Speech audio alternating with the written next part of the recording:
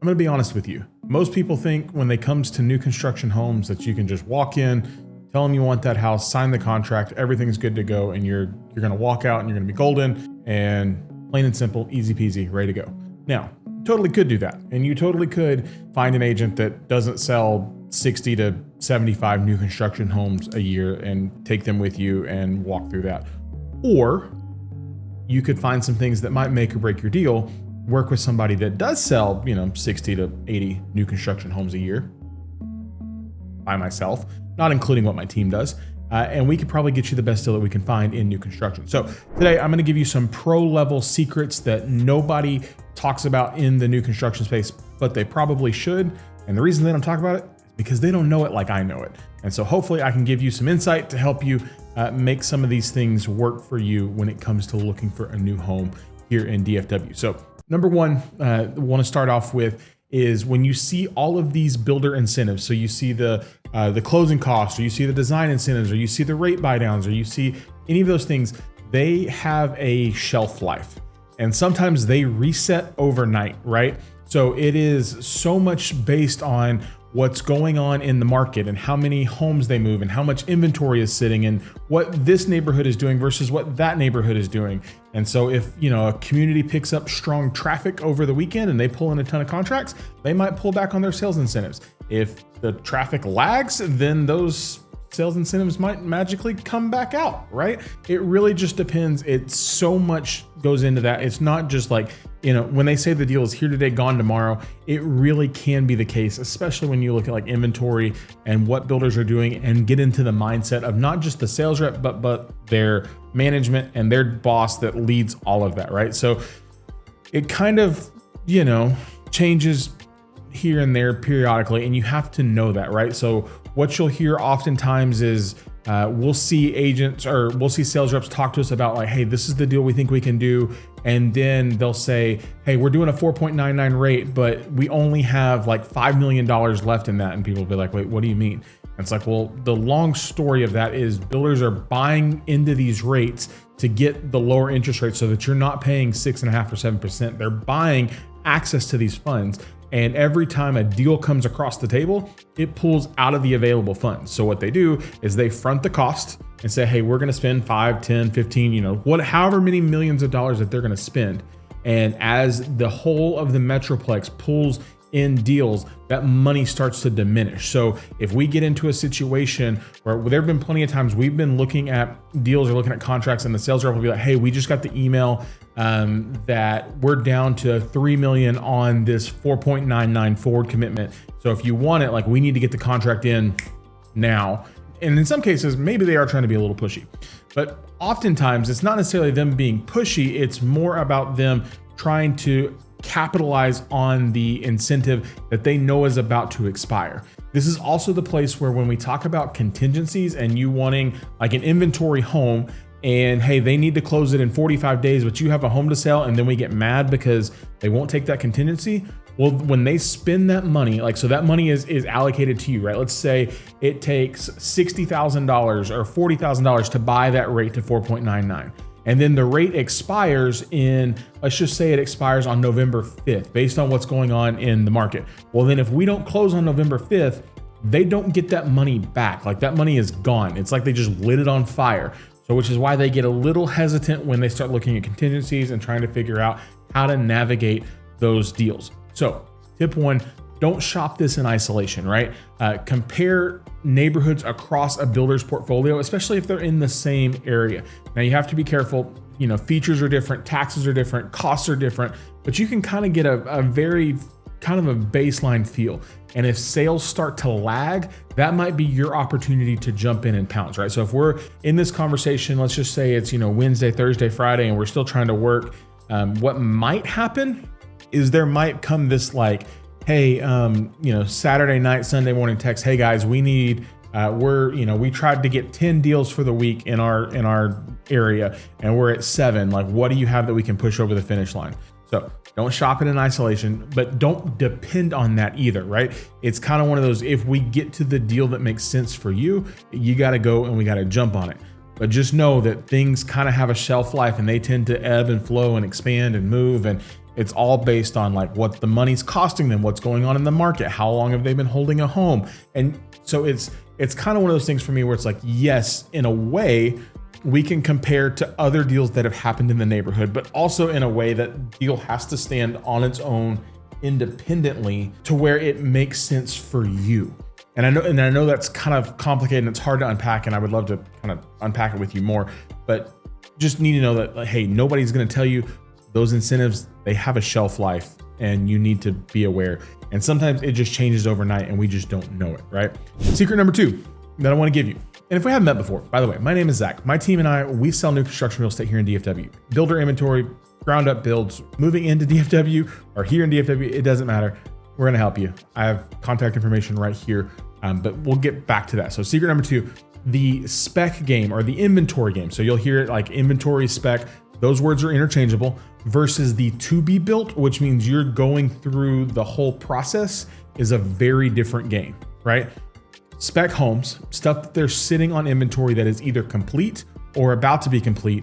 They have their carrying costs, they have their taxes, they have the loans that are out on funding those deals. So builders have this pressure in some senses to unload, right? So, hey, the home is done and it's sitting and it's completed.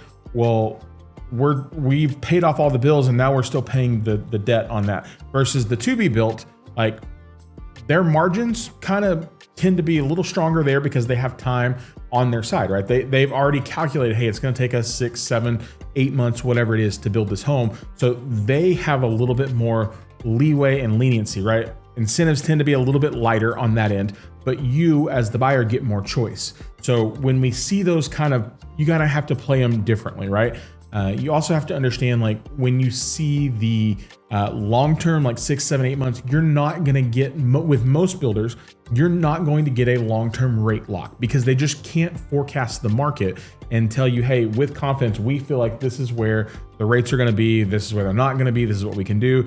You're probably gonna get more of a lump sum incentive to go toward closing cost rate buy downs, things like that. So we'll call it less flexibility and choices, but more upside for you, right? So, and everybody probably assumes like, hey, I could just get $20,000 off and that's the better deal. Sometimes. My opinion, the rate buy down is the better deal, right? That is always the better deal, I think. And when we do the math of like, hey, how does that money move from, taking 10,000 or 20,000 off the price versus moving 0.5% on your mortgage calculation, I think personally the 0.5% moves the needle more. If you need to find the math on that, like there's tons of videos on our channel about like walking through how that money moves and how to spend the builder's money. So I think personally it's better to run it there. Obviously you want to run the payment math and do what makes the most sense for you and your family in that scenario. But just understand like the spec versus the to be built game, pricing is going to move a little bit differently. You also have to factor in on the to be built, the cost of the lot premiums, the upgrades, and it's not just the base price. It's going to be base price plus all of those things. Number 3, and this one I think is important, and there's not really anything you can per se do about it, but you've got to understand it. And we just had this play out with some clients of ours in real time, and it was a kind of a frustrating thing. So number 3, you have to understand, in a lot of cases, the sales rep does not control the deal. So here's what I mean by that. So they are a salesperson. Their job is to sell the house and to sell as many houses for the builder that they work for as they possibly can. All of them have their standard incentives. It's like, hey, across the board in all of our neighborhoods, we're doing this for FHA buyers, or we're doing this for conventional buyers, or they all have the standard thing. Now every builder gives freedom and abilities to their sales reps a little bit differently, and we could spend a whole video talking about that. So they all have their standard thing. They all have what we would probably call back pocket money, to where it's like, hey, we can get this deal over the line. Most of them, if I'm being honest with you, most of them don't know the profit margins on the house. They don't know how much their company is making. They might have a general idea, and most of them may or may not know what the bottom dollar is on a house. So most of them, depends on the day, can negotiate a deal up to a certain point. And then after that point, it usually has to go to management, and it's like their area manager or their region, or like however they structure it, right? So they have to present the offer or the deal to management. Now, sometimes when you do this enough and you find enough sales reps that you do a lot of business with, you find the ones that have more leverage than others and know what they can say yes to and know what they can say no to. And it all depends on how good they've done in the neighborhood and how good the area has done and how many contracts they need in that week. And all of those goals play a line in it. But you have to understand they don't really control that deal. And so sometimes you get a deal fully negotiated and everybody says yes to it and you think we're moving in the right direction and the deal looks really, really great. And then all of a sudden, management comes back and says, no, we're not doing that. Even after the sales rep agreed to it. Looking at you, Brightland, down south, we just had it happen recently. Some buyers we got everything put together, contract was sent out, we signed, we were waiting on them to sign, and all of a sudden management said, we don't actually like that deal, we're not gonna do it. And honestly, they should have honored it. Long story short, sales rep doesn't control that. So you need an agent that understands that and knows how to ask for certain things. Now, are we always going to get a yes? No, my track record on yeses is not 100%. Like I will own that to this day. My track record on yeses is pretty high. I don't know what it is, but it's not 100%.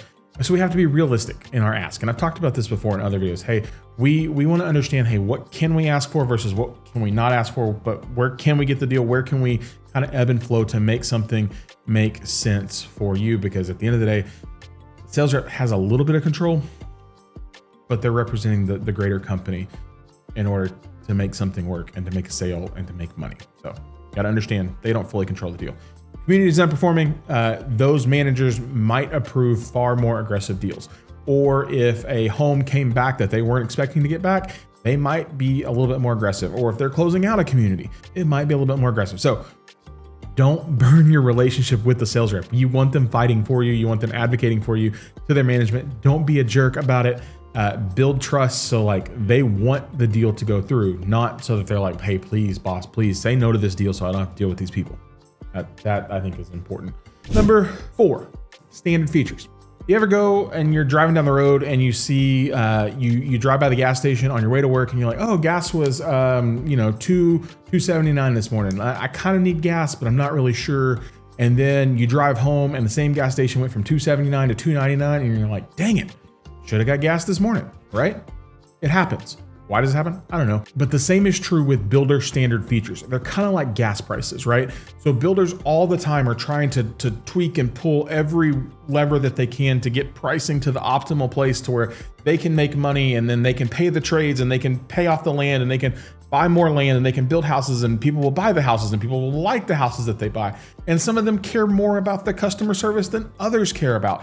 But the standard features change pretty regularly. We're seeing that a lot right now in the DFW market. I've watched several neighborhoods and sales reps that I've talked to, like they've cut some pricing significantly on baseline, either on inventory or stuff that they're building or just like starting point prices. And it's like, hey, what's going on? And it's like, well, the conversation has been, we're trying to figure out our pricing and figure out what's important. And we've surveyed all these people and they've told us, hey, these things are not important, so we can kind of cut them. And whether they're important or not it really depends on the builder. So they'll cut back on these prices to lower the price. Sometimes it's a clean dollar for dollar. Oftentimes it's really not. So it'll be like, hey, in this neighborhood, it used to be standard that we did 8-foot doors and 6-inch baseboards. Now it's an upgrade. Hey, it used to be standard that we did, level 1 LVP in all the main areas. Now it's an upgrade. Hey, it used to be standard that we would put in a technology package that included your, Wi-Fi router and extender and your smart doorbell and your smart door lock. We realize people don't like that here or there, so it's an upgrade. One of the ones that burns me to no end is the builders that have decided, hey, we don't have to finish out garages, and then no matter how much you ask, they're not going to finish them out because they realize they think people don't care about it, and it irks me to no end. So standard features change like gas prices. So somebody may have got, standard 8-foot doors and an upgraded kitchen, but they only got $10,000 in design. And then you got a $20,000 price reduction and maybe you got $15,000 in design. The hard part is they're not going to, unless they're not going to give you the like old standard features, right? They're not just going to be like, oh yeah, like, hey, let's go back to the standard features and, we'll give them to you for free. They might, if we ask. We've had it. It's kind of weird. We had it happen recently with a couple sales reps. I was like, we had done some business together. And I was like, hey, I know these used to be standard in this neighborhood. They're not anymore. Can you add them back in?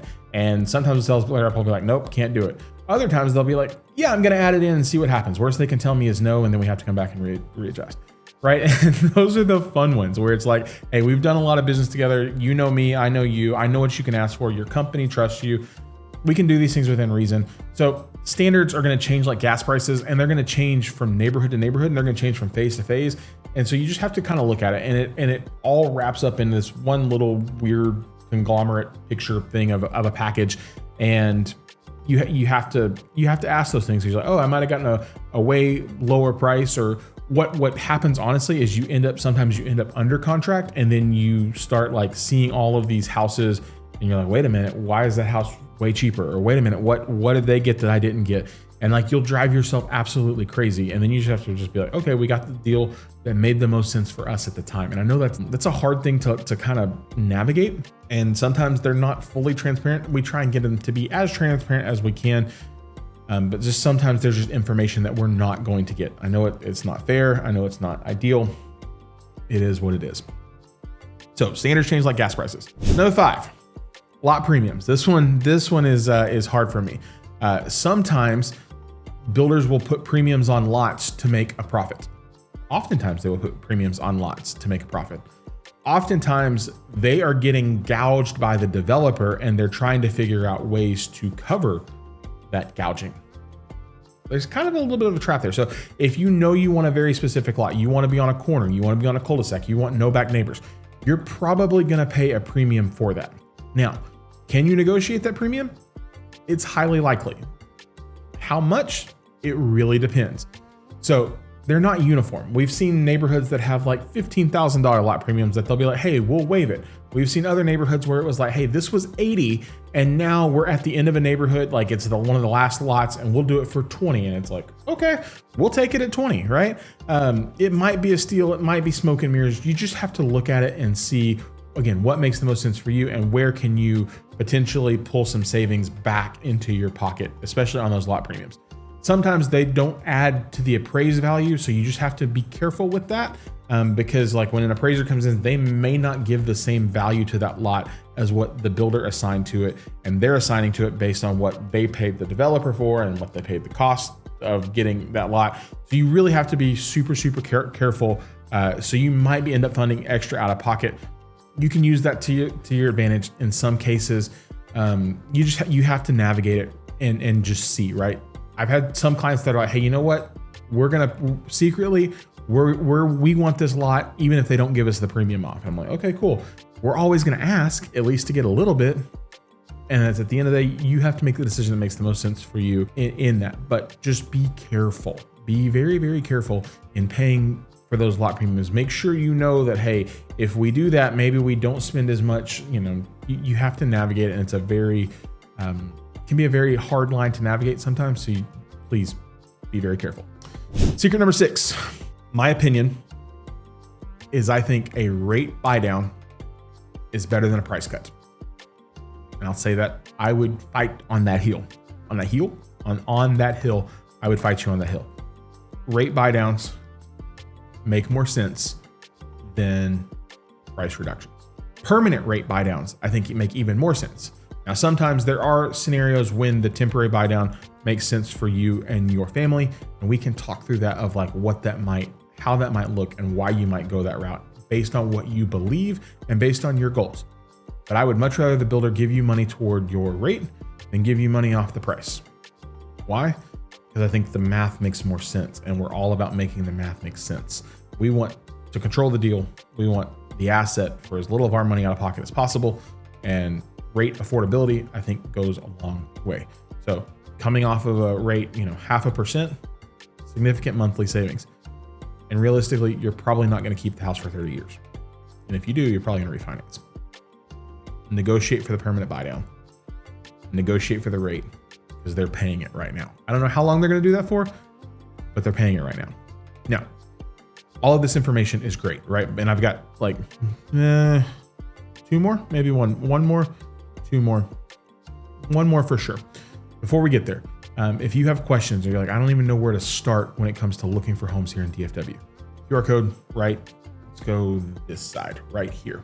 That'll take you to our website. We built you a tool to browse just exclusively new construction. You can search by floor plan, you can search by builder, you can search by community, you can see inventory stuff, you can see stuff that's going to be built.